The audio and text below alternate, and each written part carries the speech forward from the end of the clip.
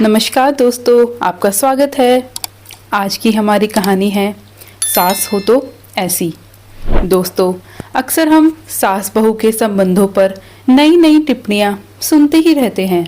आए दिन कोई ना कोई कहानी सुन ही लेते हैं, क्योंकि सास बहू का रिश्ता ही कुछ ऐसा होता है। यह जितना नाजुक है उतना ही खास भी।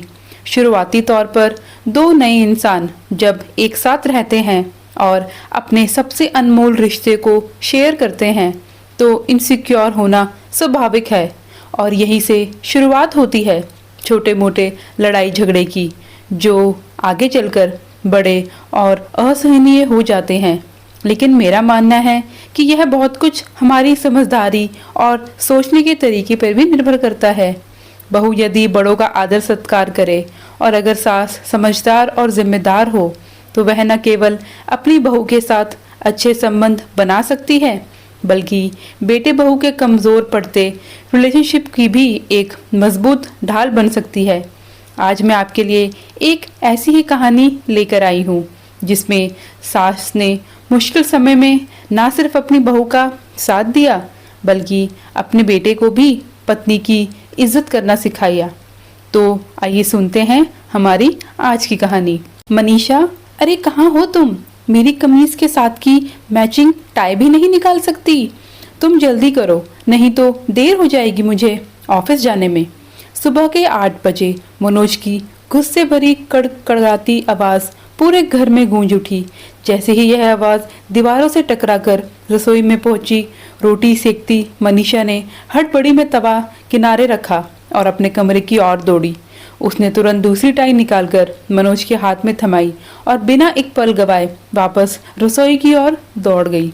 सुबह सुबह उसके पास इतनी मोहलत कहाँ थी कि दोपहर रुककर चैन की सांस भी ले सके। उसकी हर सुबह कुछ यूं ही शुरू हुआ करती थी। भोर की 5 बजे से मनीषा का दिन होता था। नहा धोकर वह सीधे रसोई में लग जाती। पहले नाश्ता बनाने की तैयारी करती और फिर बच्चों को तैयार करके उन्हें नाश्ता खिलाती। इतने तक पति भी तैयार हो जाता तो उसे नाश्ता खिलाने के साथ साथ सासू माँ का नाश्ता बनाकर भी उन्हें दे देती थी। और यह सब करते करते उसका भी ऑफिस जाने का समय हो जाता था। एक बहुत बड़ी मल्टीनेशनल कंपनी में अच्छे पद पर थी वो। मनीषा किसी प्रकार उल्टा सीधा नाश्ता करके अपना टिफिन पैक करती।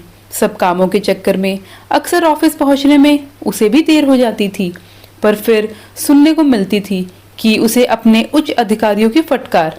परंतु इतना सब कुछ करने के बाद भी उसका पति मनोज दिन रात उसके काम में मिनमीख निकालता ही रहता था।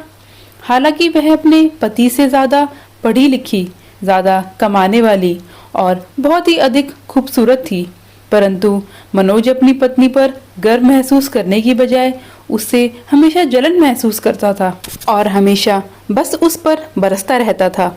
अक्सर मायके में बिताए सुखद पलों की याद करके मनीषा की आंखें भर आती थी। माता पिता की दुलारी हुआ करती थी।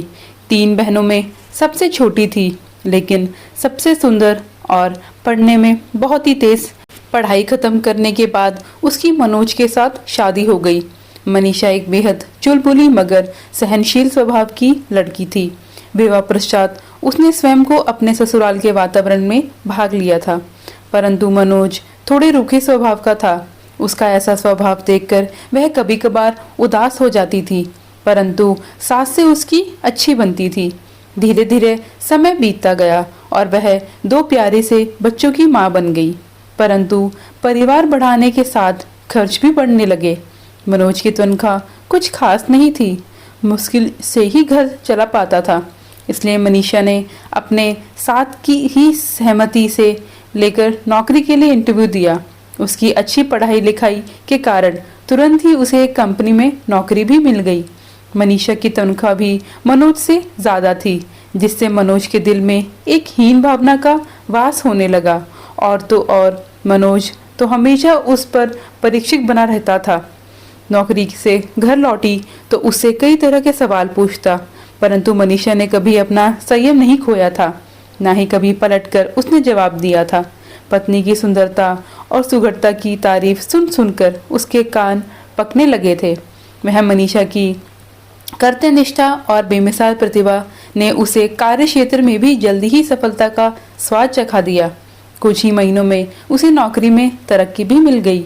अब तो मनोज के भीतर का शक, जो अब धुआं बनकर धीरे धीरे सुलग रहा था, तेज लपटों में तब्दील हो गया था। फिर मन में विचार उठने लगा, कहीं मेरी पत्नी इतनी ऊंचाई न छू ले कि लोग मुझे मनीषा का पति कहकर बुलाने लगे। मनोज की पुरुष अहंकार को भीतर तक हिला देती थी। उसके मन में एक प्रतिद्वंदी पुरुष जाग उठा, जिसे अपना अस्तित्व अपनी पत्नी की कामयाबी के आगे फीका पड़ता महसूस आने लगा। उसकी गलतियां निकालकर उसे जलील करना, उसकी बातों को काटना, हर छोटी बड़ी बात पर चिल्लाना अब उसकी कुछ आदत सी बन चुकी थी। घर में आए दिन मनोज की गुस्से भरी आवाज में कुड़कती मनीषा को किसी न किसी बहाने अपमानित करना जैसे उसकी दिनचर्या का हिस्सा बन गया था। दोनों बच्चे भी यह सब देखकर सहम जाते थे। वह अपनी माँ को चुपचाप काम करते देखते, फिर देखते और मासूमियत से पूछ बैठते, माँ पापा आप पर इतना क्यों चिल्लाते हैं? आप तो दिन भर काम करती रहती है, हम सबका कितना ख्याल रखती हैं, फिर पापा आप पर गुस्सा क्यों करते हैं? मनीषा के पास उनके इस सवाल का कोई जवाब नहीं था। उसकी आंखों में बस एक सूनापन और पीड़ा तैर जाती और वह बच्चों को स्नेह से अपने सीने लगा लेती। फिर एक दिन उनके बेटे का जन्मदिन आया। मनोज ने घर पर पार्टी रखी और अपने कुछ दोस्तों को बुलाया। मनीषा ने खुद सारा खाना तैयार किया था। जब मेहमानों को इस बात का पता चला तो वह मनीषा की तारीफ करते थक नहीं रहे थे। कोई उसकी सुंदरता की प्रशंसा कर रहा था तो कोई उसकी रसोई की कलाकारी पर मूर्त था।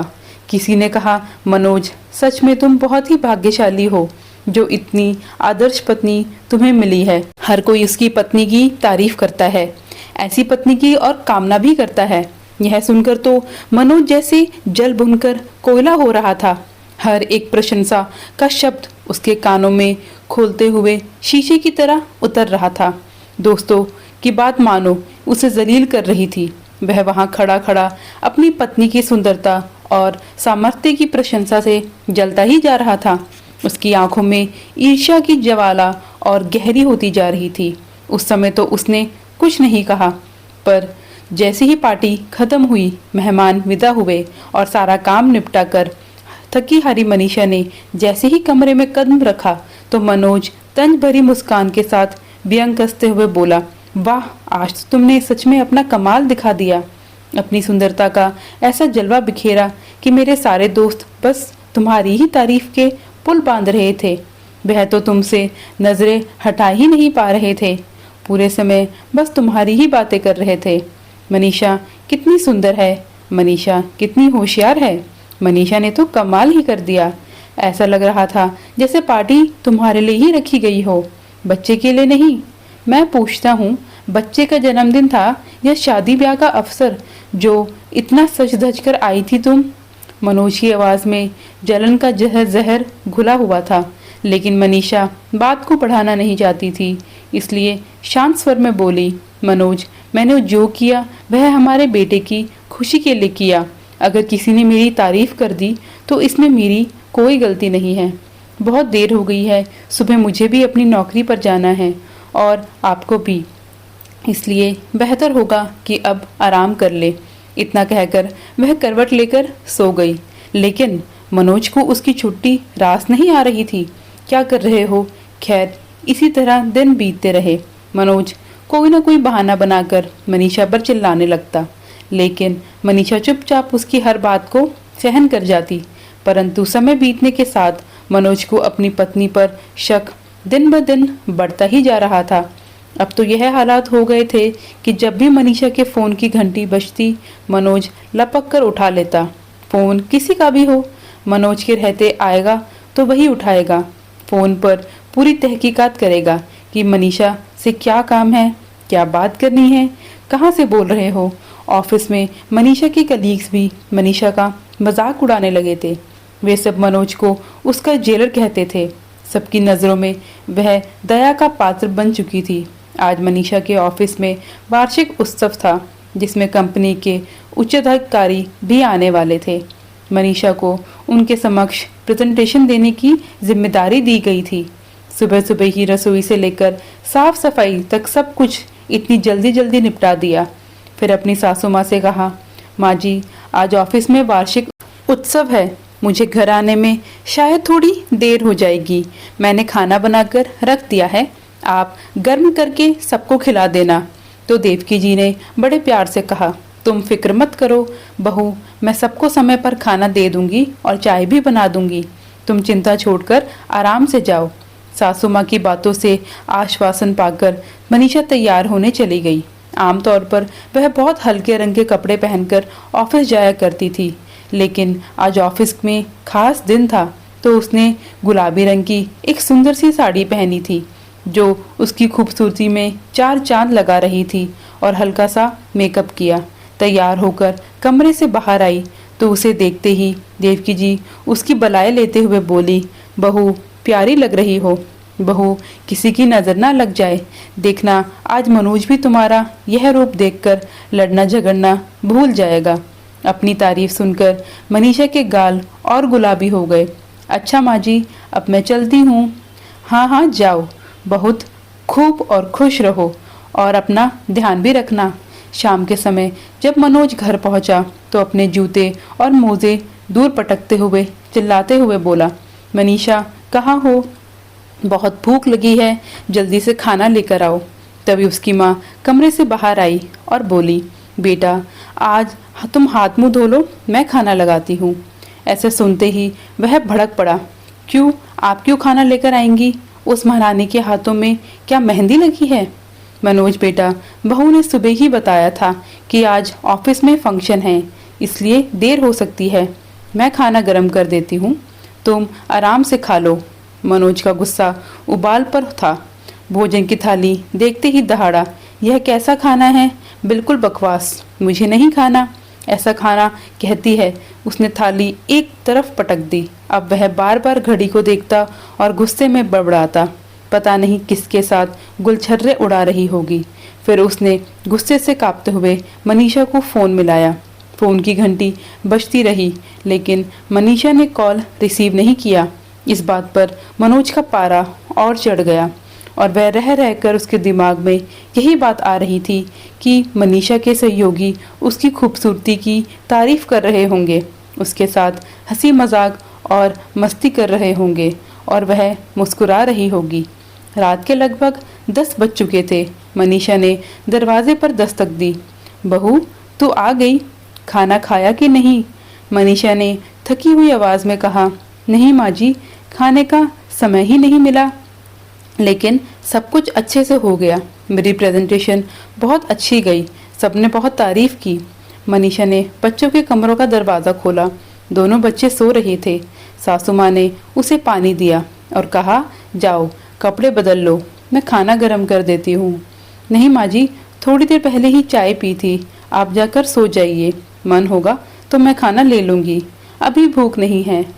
इतना कहकर मनीषा अपने कमरे में आई तो क्रोध में उबलता हुआ मनोज अंधेरे में चहलकदमी कर रहा था। उसे देखते ही दहाड़ उठा, ये वक्त है घर आने का?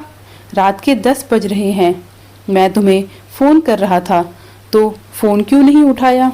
मनीषा ने कमरे में बत्ती जलाई तो मनोज उसे वास्तविक नज़रों से ऊपर से नीचे तक देखने लगा। गजब की खूबसूरत दिख रही थी मनीषा।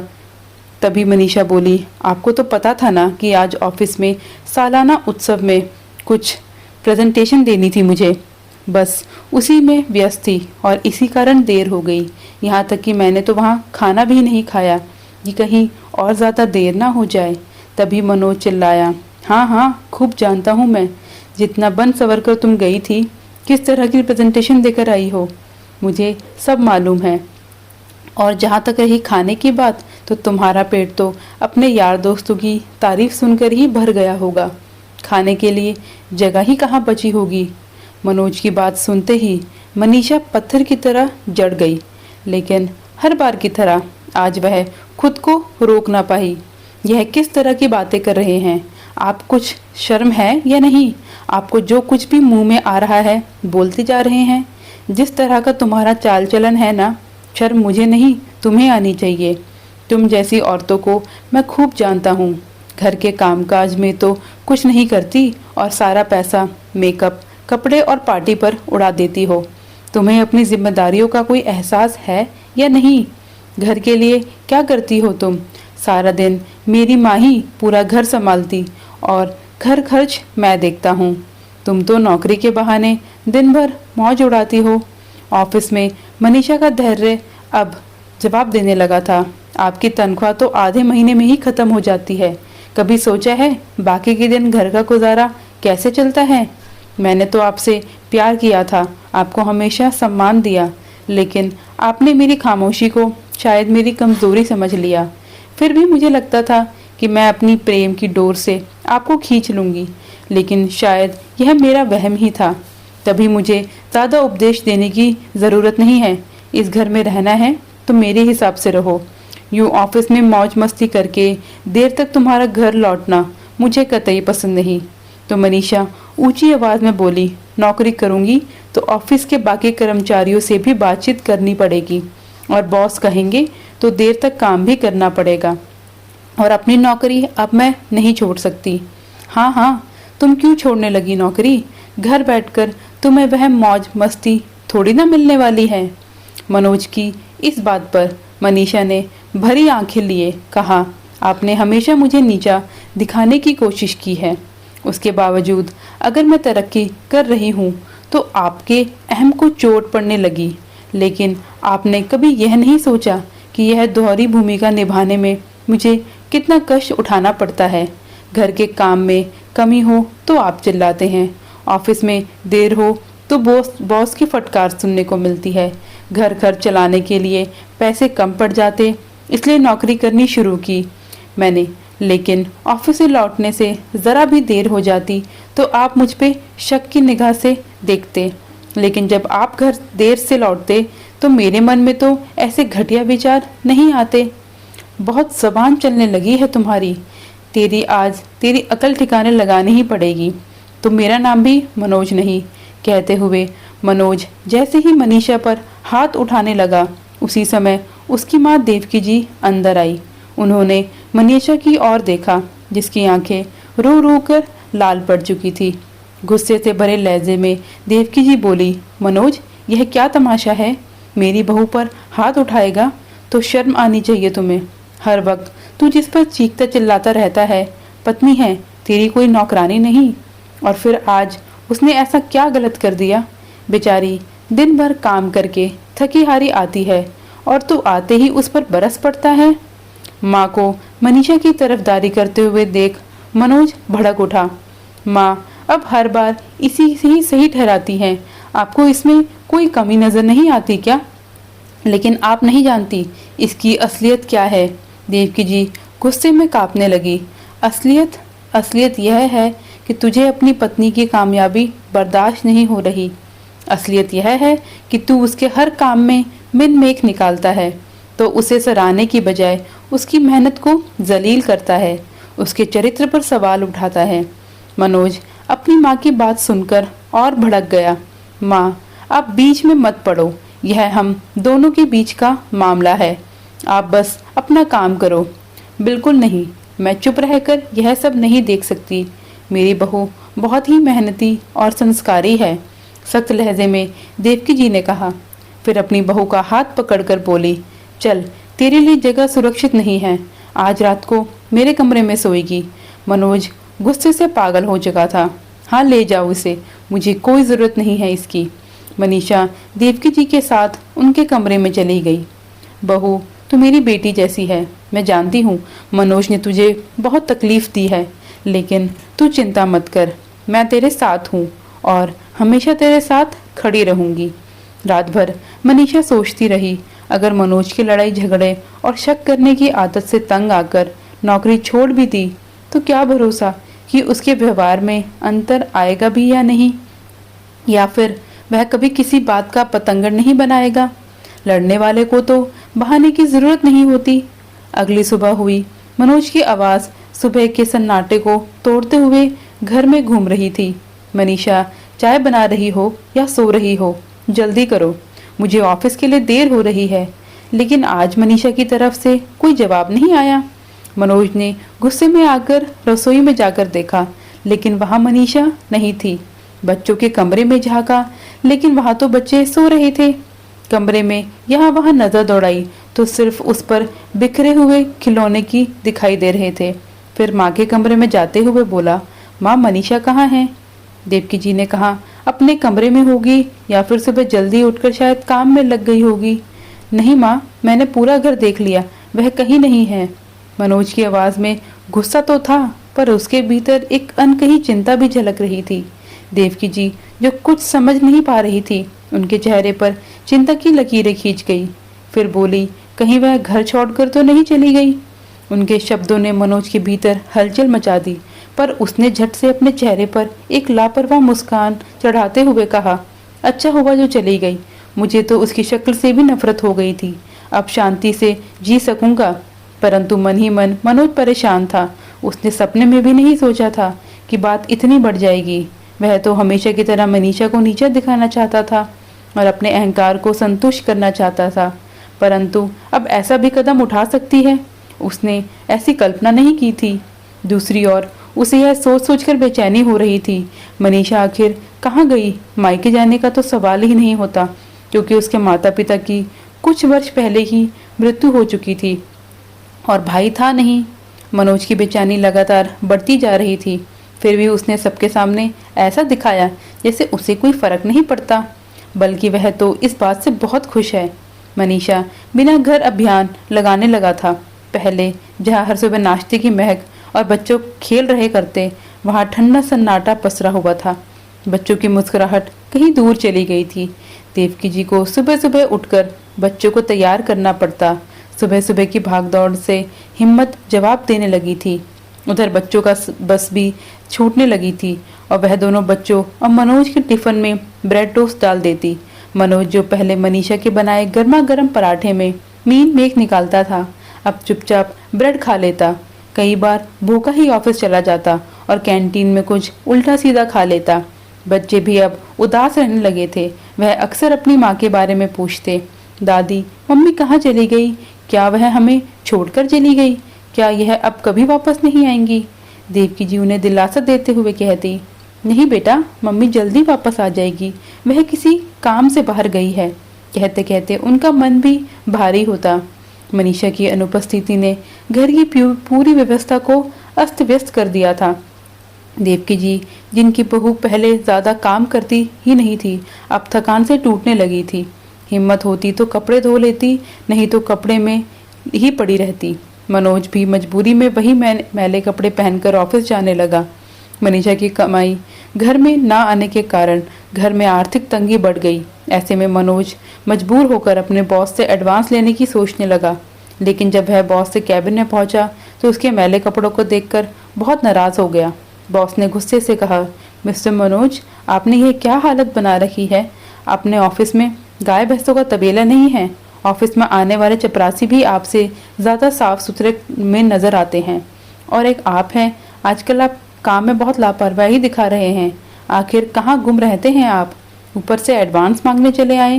नौकरी करनी हो तो ऑफिस में कायदे से आना पड़ेगा और सारा काम मन लगाकर करना पड़ेगा, नहीं तो बहुत से लोग इस पोस्ट के लिए इंटरव्यू देने को तैयार खड़े हैं। बॉस की डांट फटकार सुनकर जब मनोज घर लौटा तो सामने बच्चों का फूला हुआ चेहरा नजर आया। क्या हुआ बेटा, उदास क्यों बैठे हो? मनोज ने अपने बेटे को गोद में उठाकर पूछा तो वह बोला, पापा, हर रोज़ हम दोनों को टीचर की डांट सुनने को मिलती क्योंकि हमारा होमवर्क पूरा नहीं होता। टीचर जो समझाती वह भी समझ नहीं आता, बस हमेशा मम्मी की याद आती। तो मनोज अपने बेटे की बात सुनकर अवाक रह गया। उसे समझ ही नहीं आ रहा था कि वो उसे अब क्या जवाब दे। वह बस चुपचाप उसकी आंखों में देखता रहा। मनोज का गुस्सा धीरे धीरे भूलने लगा था। अब वह देर रात तक जागता रहता था, सोचने लगता था कि मनीषा कैसे उसकी हर छोटी बड़ी ज़रूरत का ध्यान रखती थी। उसे एहसास हो रहा था कि मनीषा के बिना सब अधूरा है। अब उसे अपनी पत्नी की अहमियत समझ में आने लगी थी, और आज घर में छाई खामोशी और बच्चों की मासूम शिकायत ने तो मनोज को भीतर तक हिला दिया था। वह फक फक कर रो पड़ा और बोला, यह मुसीबत मैंने ही खड़ी की है, मैं इसका समाधान भी मुझे ही करना पड़ेगा। लेकिन समझ में ही नहीं आता कि आखिर मनीषा कहाँ गई। वह अपनी सहेली रिया के फ्लैट पर है। देवकी जी ने कहा तो मनोज ने उनकी ओर देखा। क्या मतलब, आपको मालूम था? हाँ बेटा, मुझे सब बताकर गई थी, देवकी जी ने बेटे की तरफ देखते हुए कहा। मनोज, पिछले 13 वर्ष से तुम्हारे व्यंग बाण सहती रही, तुम्हारी इसी बातों को सुनती रही। वह घुट घुट कर जीने पे मजबूर थी। तुमने कभी उसकी मेहनत को सराहा नहीं, बल्कि हमेशा उसकी हर बात में मीन मीख निकाली। फिर भी वह चुप रही, लेकिन उस दिन अपने ऊपर लगे लांछन को वह सहन न कर पाई। अपनी जहरीली बातों से तुमने उसका दिल इस कदर घायल कर दिया था कि वह भीतर तक टूट चुकी थी। जब मैं उसे रात में अपने कमरे में लेकर आई तो वह रात भर जागती रही, तो उसके आंसुओं से शायद कोई फर्क नहीं पड़ता, लेकिन मैं देख रही थी उसके भीतर कितना दर्द है। मैं नहीं चाहती थी कि वह घुट घुट कर जिगे, इसलिए जब उसने घर छोड़ने का निर्णय लिया तो मैंने उसके फैसले में अपनी रजामंदी दी, ताकि वह सुकून से रह सके। और वह भी कहा कि अपने जीते जी मैं बच्चों पर कोई आँच नहीं आने दूंगी। माँ की बातें सुनकर मनोज के चेहरे पर पछतावे की लकीरें उभरने लगी। धीमी आवाज में बोला, माँ, लेकिन आपने मुझे पहले क्यों नहीं बताया? देवकी जी ने गंभीर स्वर में कहा, तुम्हें क्या फर्क पड़ता बेटा, तुम तो उसे हर बात पर गलत ठहराते। लेकिन बेटा, यह बात तुम्हें समझ ली होगी कि पत्नी केवल गृहिणी नहीं होती, वह तुम्हारी जीवन संगिनी है। उसके बिना यह घर भी अधूरा है और तुम्हारा जीवन भी। मनोज जब पूरी तरह से चुप हो चुका था, उसके भीतर एक गहरी बेचैनी उठने लगी। तभी दोनों बच्चे दौड़ कर आए। पापा, मम्मी को ले आओ ना, उसके बिना कुछ अच्छा नहीं लगता। कहते कहते दोनों बच्चे रुआसे से हो गए। बच्चों की बातें सुनकर मनोज का दिल और ज्यादा पसीज गया और बोला, तुम रो मत बेटा, तुम्हारी माँ जरूर आएगी, चाहे उसके लिए मुझे उसके पैरों में गिरकर माफी क्यों ना मांगनी पड़े। मैं मांग लूंगा। उसने अपनी माँ की तरफ देखा और कहा, मुझे माफ कर दो माँ, मैं समझ नहीं पाया कि मैंने कितनी बड़ी गलती की है। मनीषा के रूप में मुझे हीरा मिला था, लेकिन मैंने उसे पत्थर समझकर अपने इन्हीं पैरों को से ठोकर मारकर बाहर कर दिया। मैं अभी जा रहा हूँ मनीषा को लेने। पापा, हम भी साथ चलेंगे, दोनों बच्चे एक साथ चिल्लाते हुए बोले। मनोज ने अपने दोनों बच्चों को अपने साथ लिया और बिना देर किए मनीषा की सहेली रिया के घर गया। आज बहुत दिनों बाद उसके बच्चों के चेहरे पर मुस्कान थी। मनोज की आंखों के सामने मनीषा का चेहरा घूम रहा था। उधर मनीषा अपनी सहेली रिया के साथ कुछ देर पहले ही ऑफिस से घर लौटी थी। सोफे पर बैठी चाय का कप हाथ लिए मनीषा बिल्कुल खामोश थी, लेकिन उसके भीतर एक तूफान सा चल रहा था। उसे अपने बच्चों की हंसी, उनकी भोली भाली चेहरे, उनकी मासूम बातें उसे बेहद याद आ रही थी। रिया जो उसके कई दिनों से उसके इस हाल में देख रही थी, आखिर चुप नहीं रह पाई। मनीषा, ऐसे तो काम नहीं चलेगा, इस तरह रो रो कर तुम अपनी तबीयत खराब कर लोगी। खुद को संभालो, जो कुछ भी हो रहा है अच्छे के लिए हो रहा है, देखना जल्दी सब ठीक हो जाएगा। लेकिन रिया, बच्चों से दूर रहकर मैं उन्हें भी सजा ही दे रही हूँ, मनीषा ने कहा। तभी दरवाजे पर दस्तक आई। रिया ने चौंक कर कहा, शायद कोई आया है, रुको मैं देखती हूँ। दरवाज़ा खुला और सामने खड़े मनोज को देखकर रिया अवाक रह गई। उसके साथ दोनों बच्चे थे, जिनके चेहरे पर खुशी और बेचैनी साफ झलक रही थी। मनोज ने नीचे झुकते हुए कहा, रिया, क्या मैं अंदर आ सकता हूँ? मैं मनीषा से बात करना चाहता हूँ। रिया ने गहरी सांस ली और दरवाज़ा खोलकर उन्हें अंदर आने दिया। मनोज के अंदर आने से पहले ही दोनों बच्चे दौड़कर अंदर आ गए। बच्चों को सामने पाकर मनीषा की आंखें खुशी से फैल गई। दोनों बच्चे मम्मी मम्मी पुकारते हुए अंदर आए थे। उसकी ओर दौड़े। मनीषा ने उन्हें सीने से लगाया। उसकी आंखों में खुशी से आंसू झलक पड़े। ऐसे बच्चे, तुम लोग कहाँ हो? खाना तो ठीक खाया ना? दादी को ज़्यादा तंग तो नहीं करते? रुआसी सी आवाज़ में मनीषा ने पूछा। मम्मी, हमें आपकी बहुत याद आती है, घर में कुछ भी अच्छा नहीं लगता, प्लीज़ घर वापस चलो ना। बच्चों के मासूम चेहरे और उनकी तोतली हुई आवाज़ सुनकर मनीषा का दिल भर आया। उसने कहा, मुझे भी तुम्हारी बहुत याद आती है। पर हालात ही कुछ ऐसे थे कि मनीषा फूट फूट कर रो पड़ी। तभी मनीषा की नज़र मनोज पर गई। वह दरवाजे के सामने खड़ा माँ और बच्चों को मिलन देख रहा था। मनीषा को हैरानी तो इस बात की थी कि मनोज की आंखें आंसुओं से भरी हुई थी। फिर मनोज ने गहरी सांस लेकर कहा, मनीषा, मुझे पता है कि मैंने बहुत बड़ी गलती की है। मैं बस यह कहने आया हूँ कि मुझे माफ़ कर दो। मैंने तुम्हारे प्यार और तुम्हें मेहनत की कदर नहीं की। मैंने तुम्हें हर बार गलत ठहराया, तुम पर शक किया, तुम्हें कभी समझने की कोशिश नहीं की। तुम्हारी अहमियत तब समझ में आई जब तुम मेरे साथ नहीं थी। घर तुम्हारे बिना सूना हो गया, बच्चे तुम्हें याद करके रोते हैं और माँ भी टूट चुकी है। लेकिन यकीन मानो, मैं अपने व्यवहार पर बहुत शर्मिंदा हूँ। प्लीज़ वापस चलो। फिर मनीषा ने कहा, मनोज, माफ़ी मांगने से सब कुछ सही नहीं हो जाता। रिश्तों में भरोसा और सम्मान बेहद ज़रूरी है। मैं तुम्हें वह सब दूंगा, मनीषा मनोज ने कहा। फिर नज़र नीचे करते हुए बोला, तुम्हारी ज़िंदगी के वह 11 साल जो तुमने घुट घुट कर गुजारे हैं, अब मैं तुम्हें वो वापस तो नहीं लौटा पाऊंगा, लेकिन विश्वास दिलाता हूँ कि अब से तुम्हें शिकायत का एक भी मौका नहीं दूंगा। बस तुम घर वापस चलो। मनीषा ने नज़र उठाकर बच्चों की ओर देखा, जो अपनी माँ के साथ घर लौटने की आस लाए थे। उसकी आंखों से आंसू झर आए। जब उसने दूर रहने के लिए संभव नहीं था, उसने सर हिलाकर हामी भर दी। मनोज ने राहत की सांस ली। मनीषा ने मुड़कर रिया की ओर देखा और उसे गले लगाकर सच्चे दिल से उसका आभार व्यक्त किया। फिर दोनों बच्चों ने अपनी गोल मटोल चेहरे पर बड़ी प्यारी सी मुस्कान लाई, अपनी माँ के दोनों हाथों की उंगलियां थाम ली और मनीषा अपने परिवार के साथ अपने घर वापस लौट आई। तो दोस्तों, यह थी आज की कहानी। अगर आपको पसंद आए तो लाइक, कमेंट एंड सब्सक्राइब ज़रूर करना। धन्यवाद।